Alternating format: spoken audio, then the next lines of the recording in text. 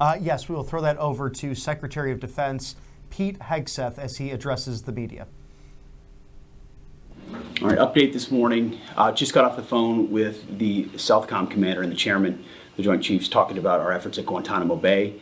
That is ongoing. We're leaning forward on supporting the president's directive to make sure that we have a location for violent criminal illegals as they are deported out of the country. No one's going to wait on the Defense Department, and we're working that in real time.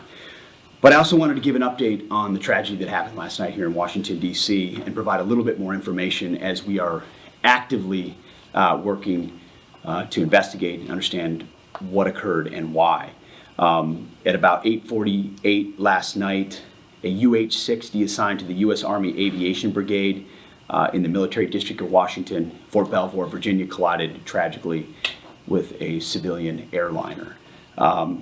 The unit involved, the Army unit involved, was Bravo Company 12th Aviation Battalion at Fort Belvoir. It was an annual proficiency training flight. And when we look at the crew, and not all kin have been notified, so we're going to withhold ranks and names at this point. We do know on our side who was involved. It was a fairly experienced crew, and that was doing a required annual night evaluation. They did have night vision goggles. The 12th Aviation Battalion, as of now, is granted a 48-hour operational pause on contingency missions as what happened is reviewed, and a senior level aviation team, an investigative team from our Aviation Safety Center, was deployed last night and already is in Washington, D.C. to investigate what's going on. We anticipate that the investigation will quickly be able to determine whether the aircraft was in the corridor and at the right altitude at the time of the incident. As I mentioned, next of kin notifications are ongoing.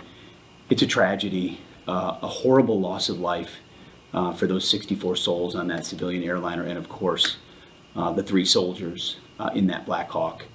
They're in our prayers, their families and their communities. As people are notified, I can't imagine.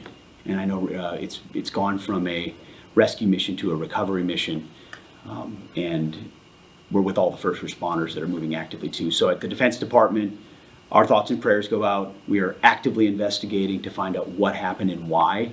And as we get updates, you will have them. God bless.